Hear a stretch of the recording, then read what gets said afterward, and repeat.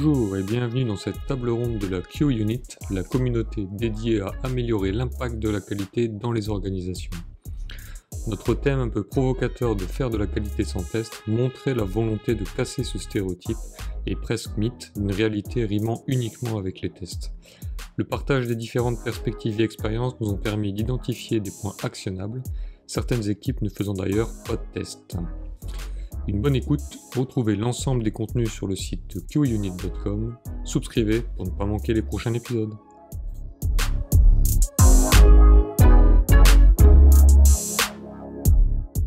Et donc, je voulais dire sur deux trucs. Sur les métriques, il faut faire vachement gaffe à ne pas optimiser localement au détriment d'une optimisation globale. C'est pour ça qu'il faut se méfier des métriques qui mesurent que l'activité d'un service. J'ai entendu Farah qui parlait de trucs qui, moi, m'ont fait un peu allumer 2-3 warnings. Et puis, si on garde des testeurs, parce qu'on a besoin de gens qui ont le mindset, qui vont aller creuser et qui, contrairement au reste de l'équipe, vont aller chercher la petite bête et vont essayer de montrer que le logiciel, il ne marche pas toujours comme il devrait, alors que le boulot de l'équipe, c'est quand même de démontrer que dans la plupart des cas, ça marche.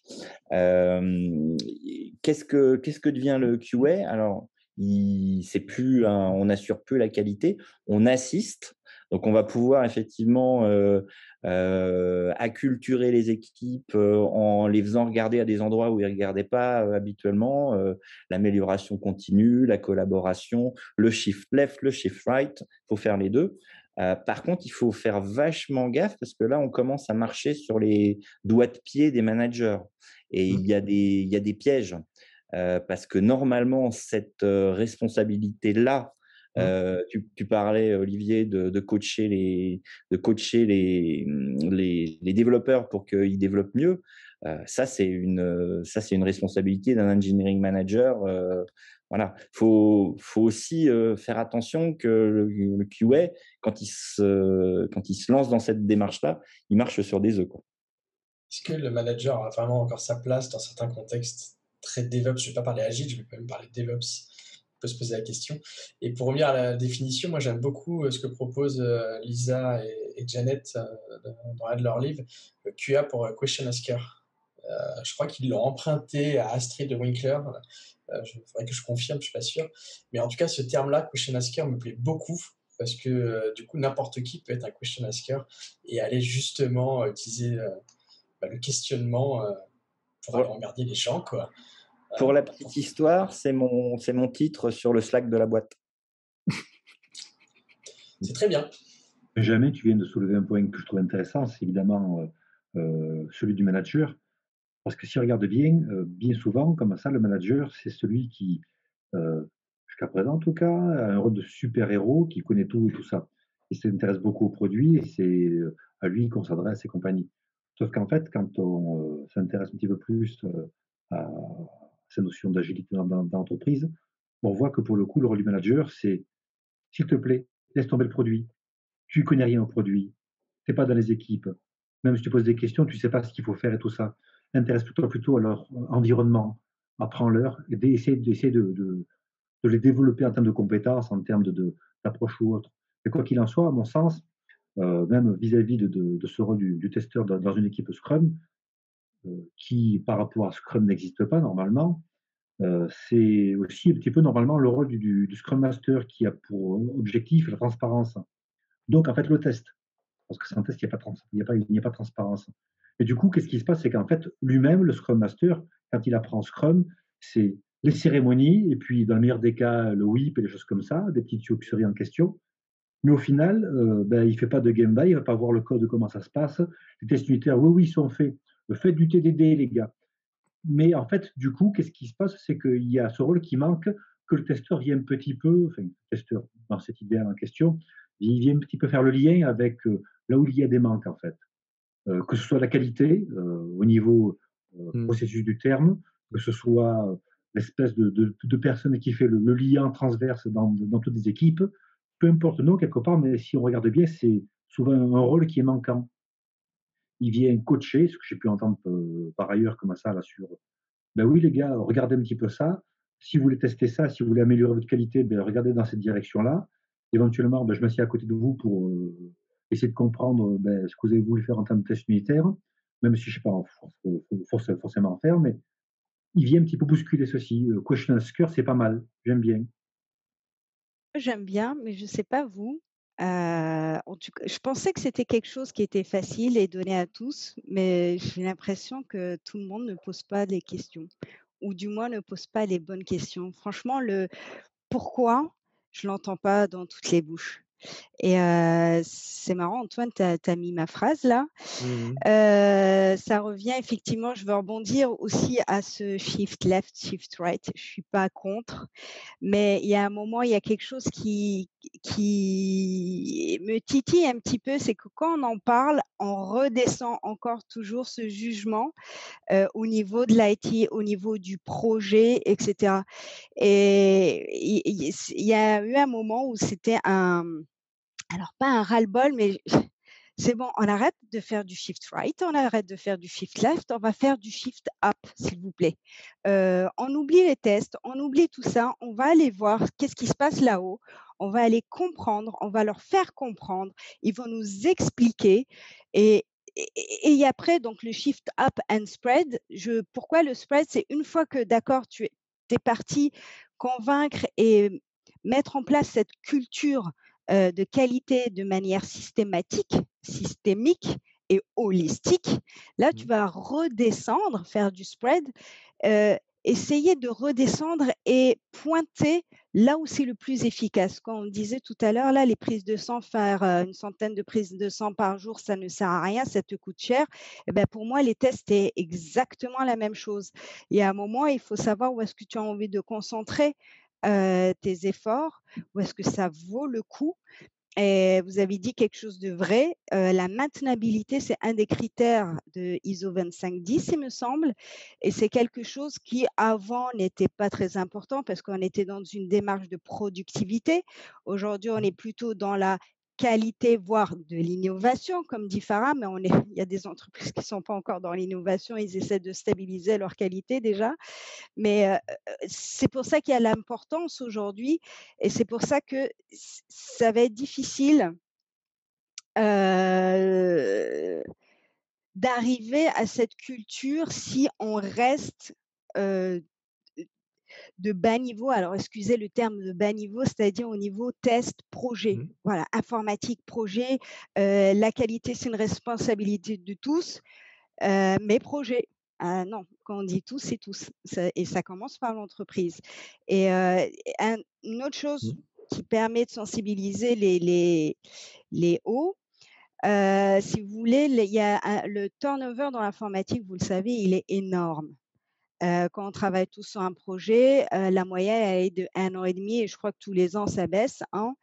Et s'il y a un bug qui sort dans les réseaux sociaux, ce qui reste dans la tête des gens, c'est le bug et l'entreprise. Ce n'est pas le bug et le projet, c'est pas rarement, je vous l'accorde.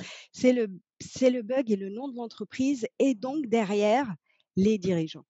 Ce n'est pas l'équipe IT, pas forcément. Sauf pour le projet Le Voix. Non, mais il y a des projets, je suis d'accord, mais même au Canada, il y a des projets comme le projet Phoenix qui fait très mal. Et là, si tu parles du projet Phoenix, tous les fonctionnaires ont les cheveux comme ça. Donc, effectivement, il y a des projets, il y en a, mais généralement, voilà, c'est le nom de l'entreprise qui reste. Moins Le projet Phoenix, c'est un vrai projet ou c'est le bouquin? Ah non, c'est un vrai projet. C'est un vrai projet, là. Qui s'appelait comme le bouquin, oh là là. C'est pas ce que j'ai lu, c'est pas une fiction.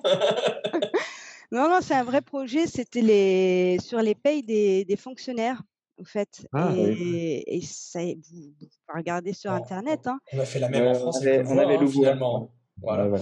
Mais ce qui est drôle, c'est que Louvois, en plus, entre ceux qui ont développé la première version, ceux qui étaient en maintenance et tout, il y a eu un embryon de méli-mélo. Ah ouais.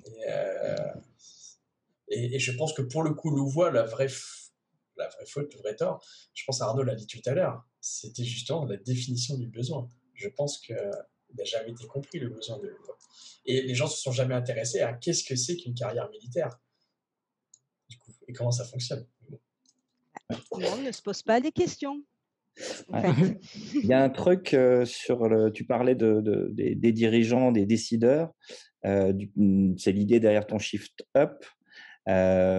C'est encore difficile d'avoir un budget qualité parce qu'on dit toujours les développeurs, bon voilà, ils ont fait de la merde. Non, on leur a pas donné le temps forcément de faire les choses bien. Et dégager un budget qualité pour les équipes, c'est pas toujours facile. Et expliquer un pourquoi est-ce qu'on a besoin de ce budget et quels sont les résultats attendus. C'est vrai, parler de réduction de risque, ça fait pas toujours le taf.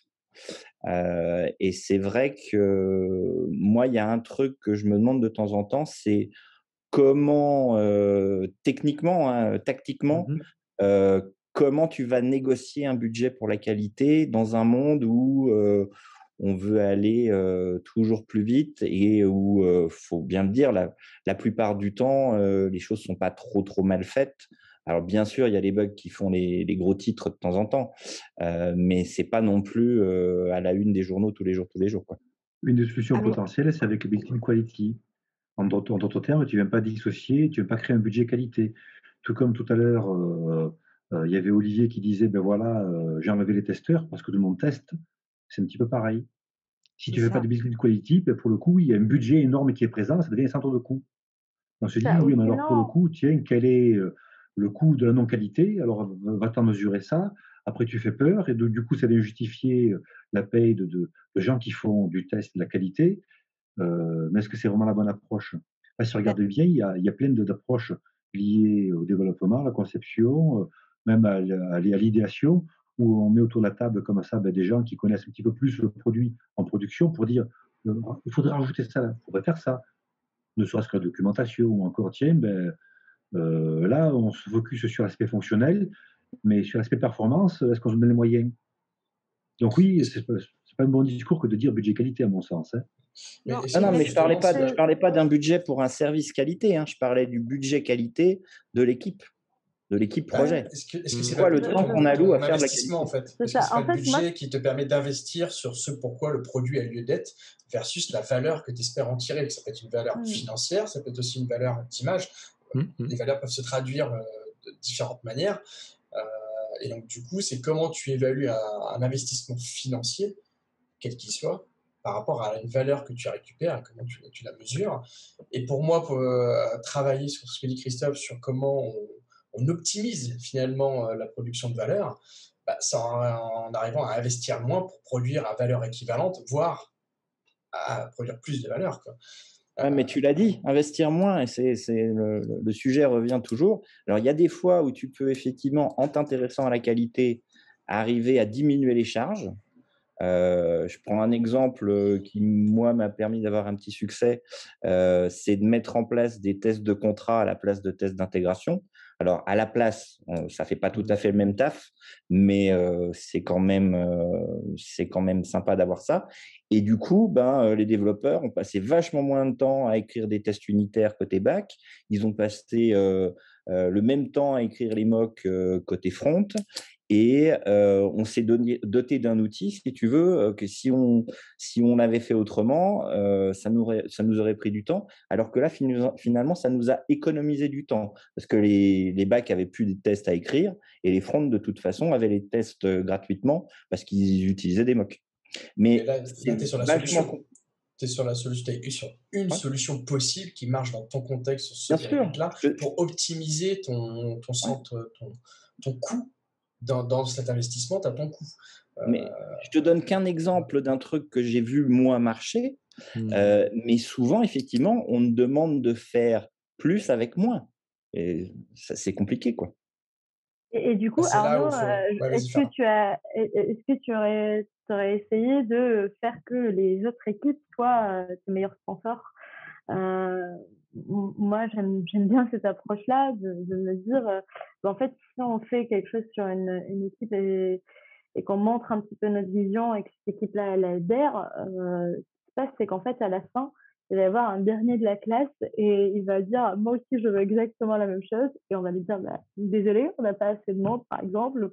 Il si c'est une histoire d'effectifs ou même, par exemple, désolé, on n'a pas plus parce que les outils, il nous faut upgrader et là, on est sur quelque chose de pas payant. Et en fait, finalement, on se retrouve à ce que même pas nous, on n'a même pas à aller voir les dirigeants pour plaider notre cause ou en tout cas pour vraiment arracher les budgets. Mais en fait, les autres équipes le font pour nous. Et à la fin, on se retrouve, on se dit, mais on l'a pas forcément demandé. On se dit, bah non, cette équipe-là a demandé absolument que vous soyez sur ce sujet.